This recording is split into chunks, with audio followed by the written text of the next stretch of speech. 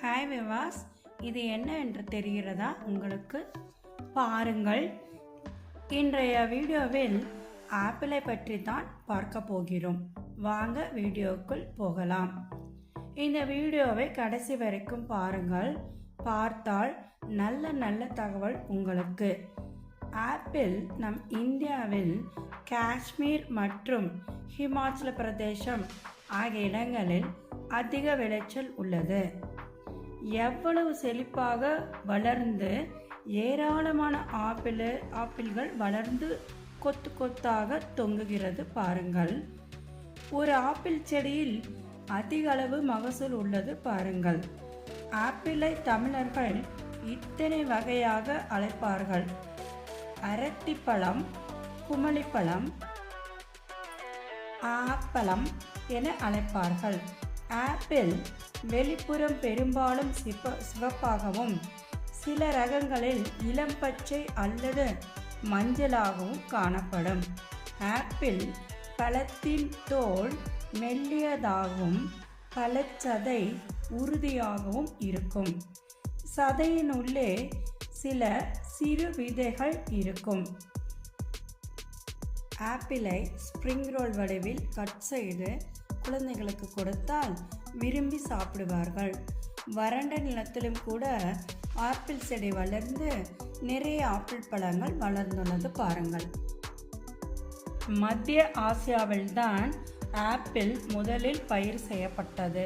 தற்போது ஆப்பிள் உலகின் எல்லா விதமான குளிர் பகுதிகளிலும் வளர்க்கப்படுகிறது.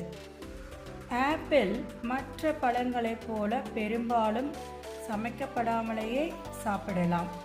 அது பல பதப்படுத்தப்பட்ட உணவு வகைகளிலும் பயன்படுத்தப்படுகிறது. ஆப்பிளை கொண்டு பல ரசங்களும் சீடர் என்ற பானமும் தயாரிக்கப்படுகின்றன.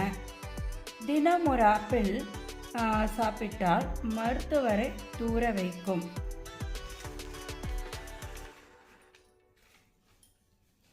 An apple a day keeps the doctor away என்ற ஆங்கில பழமொழியின் கூற்றுப்படி நெடுங்காலமாக ஆப்பிள் உடல் நலத்திற்கு மிக நல்லது என்று கருதப்படுகிறது.